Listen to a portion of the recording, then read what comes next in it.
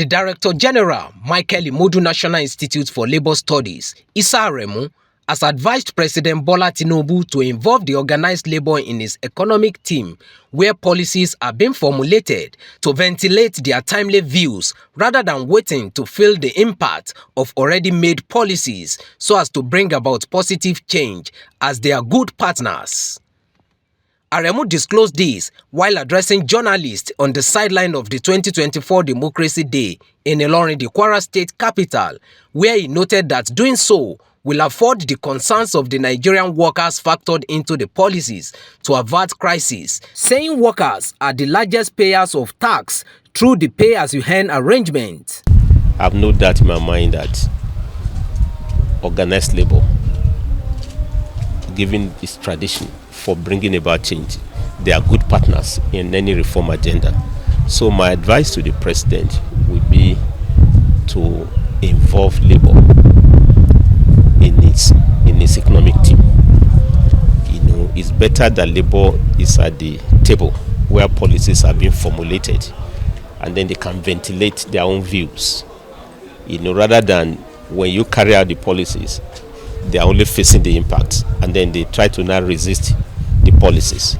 You know, from day one, if they are involved, they are put on the economic team, they will be able to factor their concerns and their interests, and that will make the government to be able to proactively address the concerns. I mean, you can see the case of petroleum subsidy removal. Rather than for us to be thinking of palliative later, it will have been factored from day one to see how to carry out. So I think that's very important.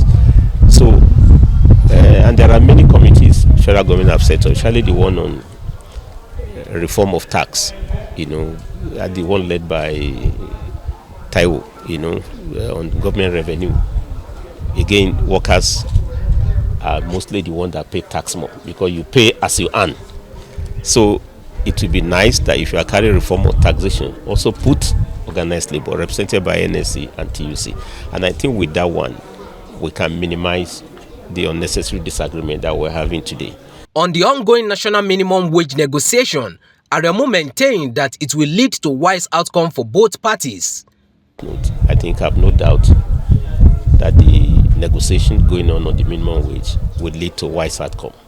What is happening now is normal in the process of negotiation. There will be proposal, there will be counter proposal, but at the end of the day, you know, the ideal outcome of negotiation is the one that is negotiated, not the one that is dictated by any party.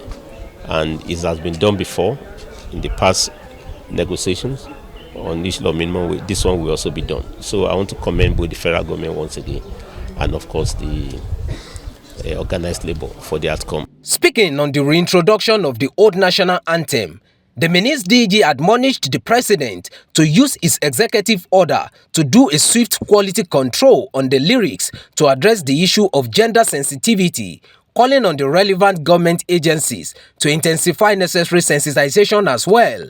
On the new national anthem, you know, I think it is clear again that the president have shown the capacity that it can be business as usual. We need to inspire our citizens, you know, with anthems that seems to be more to be a motivation. You know, it's now academic, it has become a law, you know, and some argue that the old new anthem is more inspiring. I've known that in my mind over time. But my only advice would be to the relevant government agencies to be able to now intensify more enlightenment, you know, so that citizens get used to the new old lyrics. But also with time, I also think that we can look at the content of the old items. You know, some of them need some changes. You know, for instance, the idea of tribe and tongue. I mean, I think we have moved beyond that. You know, even the British that gave us that anthem never refer to themselves as tribes. They talk of nationalities. Then I think the new anthem we should also look at should be gender sensitive. I think it talks more of brotherhood. You know, it talks of man, you know, when actually the country is made up of men and women. You know, I think our anthems should be gender sensitive. You know, again, this we can improve upon, and I think President Bola Ahmed, through executive order, can see how to do quality control of this new item to make it possible.